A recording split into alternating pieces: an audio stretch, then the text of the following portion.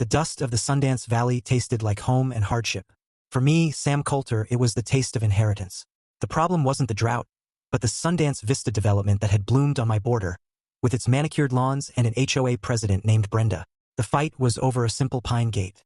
To me, it was the entrance to my private road.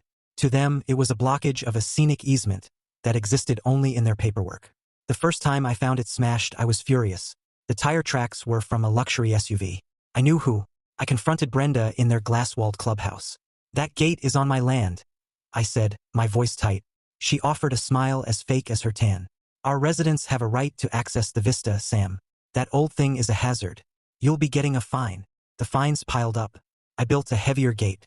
They smashed it again, this time with Brenda herself at the wheel of her pristine Cadillac Escalade, not even slowing down. The sheriff called it a civil matter. My anger cooled, hardening into a plan. I let the broken gate lie for 2 weeks, a silent surrender. They preened. What they didn't see were the late-night deliveries, the digging under the stars with my old dog, Gus, for company. We didn't build a gate. We built a lesson. We sunk steel posts in concrete. The gate itself was a single sheet of 3/8-inch steel plate, framed in heavy tubing. It weighed 600 pounds and swung open deceptively easy on greased hinges. We left it open, a silent invitation. Took 4 days. I was fixing a fence line when the white Escalade appeared. Brenda didn't tap the brakes. She cruised onto my road. The front tires clattered over the cattle guard. I pulled out my phone and hit record. There was a sickening, metallic crunch as the massive SUV stopped dead. Its hood crumpled, steam hissing from the radiator. Brenda stumbled out, her face a mask of fury. "What is this?" she shrieked. "My new gate," I said calmly. "Bull-rated. Seems to work on Cadillacs, too. This is a trap. I'll sue you. Go ahead."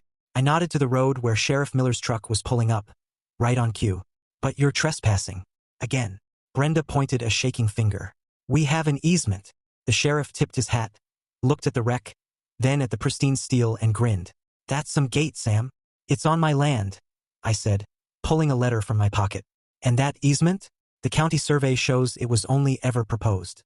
Your developer never got the signature. My father refused in '99. The color drained from Brenda's face. The smugness vanished, replaced by the hollow look of someone who'd been a fool all along. The HOA dropped the fines. They paid for my gate.